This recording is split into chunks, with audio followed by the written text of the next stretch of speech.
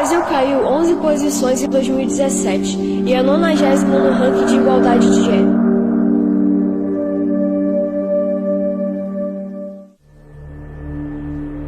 As diferenças nos padronizam, nos coloca rótulos ou seria a história? Ao decorrer delas, mulheres foram as maiores vítimas do sexismo, mas não podemos ignorar que os homens também sofreram ao longo da história com essa estereotipização. Estipular o que alguém deve usar ou a maneira que alguém deve agir, o que pode ou não fazer apenas pelo seu gênero, parece algo retrógrado, mas ainda está presente na sociedade. Que o sexismo interfere na vida das pessoas e na vida do universo social, porque de uma certa forma ele constrói hierarquias, relações de poder e organiza a sociedade dessa forma, né? Onde cada um tem o seu lugar certo para estar. O que de uma certa forma tira a liberdade das pessoas de poderem ser aquilo que elas querem, ou de também se relacionar a partir de uma autonomia, né, que é pregada pelo Estado de Direito lá, né, da construção do Estado moderno. E a gente vê isso como se fosse uma questão biológica, mas na verdade é histórico e social. A mulher não é inferior por uma questão biológica que vem da gente, mas é por uma imposição social. Foi criado isso historicamente e a gente tem isso como verdade.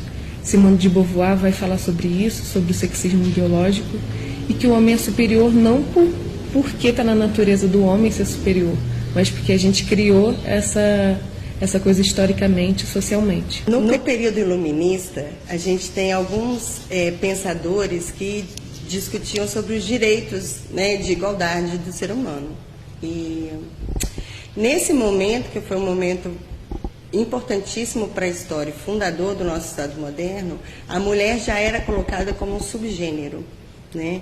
E ela era colocada como um subgênero a partir de uma argumentação muito estranha, que o homem ele tem como seu órgão prioritário o pensar, o racional, e a mulher tem como seu órgão prioritário o útero, né? E eles afirmavam biologicamente que a mulher não tinha como fazer raciocínios intelectuais, abstrações conceituais. E daí, né, se você for pensar, até a própria história da religião, de colocar a mulher também como a pecadora, de colocar a mulher como aquela que, de uma certa forma, levou ao homem a ser expulso do paraíso, você está sempre colocando a mulher numa condição de inferioridade. Né? E isso é um problema na nossa sociedade atual, né? Porque se você for pensar, as mulheres não só são capazes de pensamentos abstratos e conceituais, mas também são superativas socialmente falando com relação ao trabalho, né? Então, a mulher comanda a sociedade de uma certa forma. As mulheres já têm demonstrado que elas estão atuando em diversos segmentos. Então, coisas que a gente há 25 anos atrás não via, hoje a gente vê. Né, as mulheres na área esportiva participando de esportes que antes era dito só dos homens, como judô, karatê, né, vários outros esportes. Então isso é muito legal. Como também na política, como também em grandes empresas, elas hoje lideram, elas coordenam equipes de homens, sim, por que não? Então essas mulheres estão mostrando que não tem que ser desigual essa competitividade, não tem que ter salário. Se a gente for pensar que ainda existia, e ainda existe com certeza, lugares que pagam menos para as mulheres do que os homens que fazem a mesma coisa que essas mulheres fazem. Então, isso não pode acontecer. Então, a gente tem que brigar para que se tenha igualdade, mas igualdade também salarial. Se você está ali, naquele seu papel, fazendo a mesma função de um homem, você tem que ganhar igual. E aos poucos a gente tem demonstrado isso. A discriminação de gênero é uma coisa que existe há muito tempo, né? E para a gente buscar soluções para esse problema, é preciso a gente pensar primeiro, acho que, onde está isso no cotidiano? Onde a gente colabora para que isso aconteça, porque nem sempre ela se dá de uma forma agressiva. Tem muito sexismo benevolente que está entranhado no nosso cotidiano e que a gente não se dá conta. Então acho que a gente tem que investigar qual é a nossa contribuição para que isso aconteça, para que isso exista na sociedade.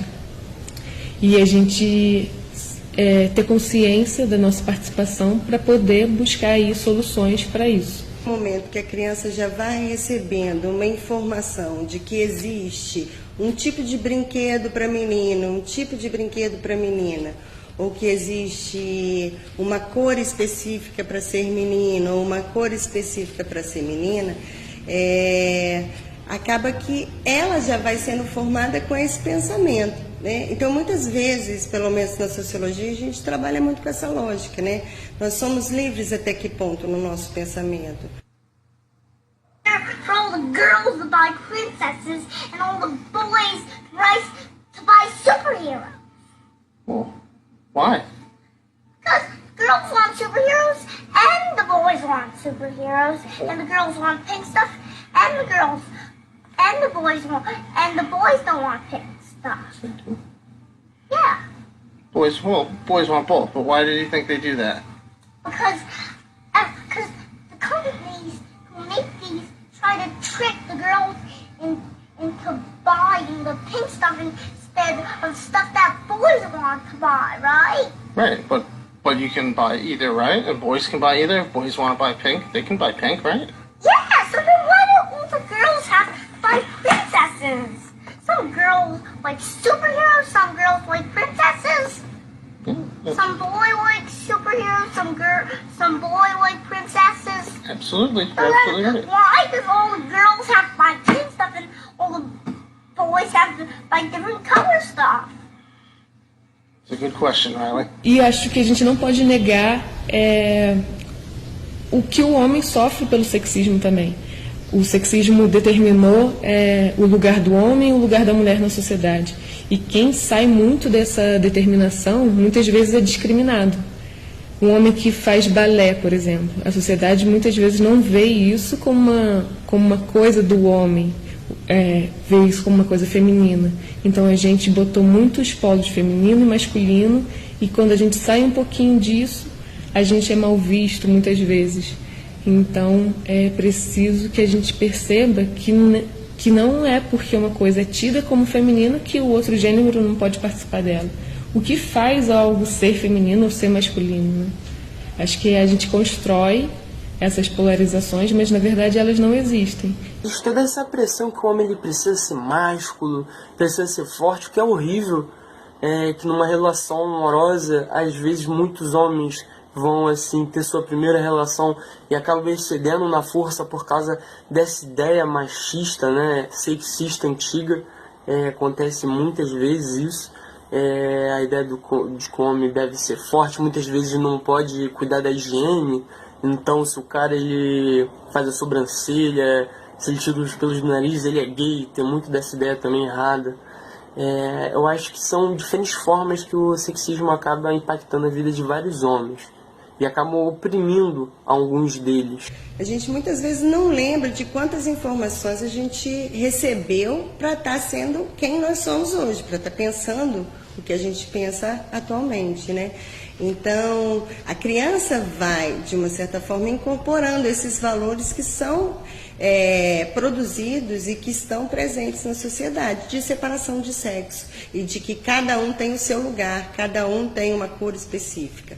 O que eu acho lamentável, porque eu acho que se os meninos brincassem de boneca, né, para mim deveria ser até uma política pública, porque se eles brincassem de boneca, eu acho que eles poderiam desenvolver muito mais a afetividade, a empatia, o amor que eles têm dentro dele, mas eles não podem desenvolver, colocar para fora, né, por conta de um perfil masculino muito autoritário, muito ligado à agressividade, muito ligado a uma postura de ação, de guerra, né? Que eu gosto do estilo, às vezes, dos negócios de menina. Aí eu pensei que podia ter, tipo, a casa inteira do Batman, porque normalmente eles só fazem esse tipo de brinquedo que você vai com o bonequinho, faz ele dormir, vai andando, vai pra piscina, faz isso só de brinquedo de menina. Tipo o brinquedo da Barbie, da Polly. E as meninas, por consequência, também é prejudicada, porque ela nasce tendo que brincar de boneca, brincar de casinha, e aí quando ela chega a 16, 17 anos, ela quer casar e ter filho, e ela vira e fala, ai, mas isso foi eu que quis, a escolha é minha. Mas no fundo, ela é criada para querer isso. A principal maneira da gente combater qualquer tipo de preconceito é primeiro entender, analisar a realidade, ver quais são os dados que a realidade objetiva coloca, quais são as opiniões que as pessoas têm a respeito daquilo, e conversar muito entre todos nós, né? As pessoas têm que colocar, por mais que não tenham a mesma posição, quanto mais puder colocar uma posição e outra, e argumentar, e entrar em discussão, e até chegar em conclusões, né? Se as pessoas também são capazes de se abrir para ouvir o outro, aí elas podem, às vezes, mudar a sua própria opinião e chegar em conclusões. Inclusive todos nós temos que estar abertos a mudar a nossa opinião, ouvindo as opiniões dos outros. Mas só quando a sociedade consegue se entender, né, as pessoas, uma e outra, conseguem conversar e a partir daí chegar numa conclusão, a gente vai conseguir, de fato, entender e mudar o que acontece na sociedade. Muitas vezes, por exemplo, tem uma filha pequena e a gente vai na pracinha e a gente vê muito sexismo benevolente nas crianças serem construído ali. Quando um pai fala para o menino, cuidado com ela que ela é menina. Mas a gente tem que tomar cuidado com todas as crianças de forma igual, seja menino, seja menina.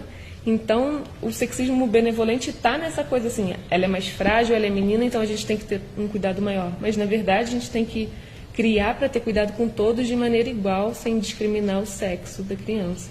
Então, eu acredito que se a gente tirar isso um pouco desde da criança, a gente consegue fazer uma mudança social bem grande. A mulher precisa se cuidar. Homem não chora. Com essa roupa tá parecendo um sapatão.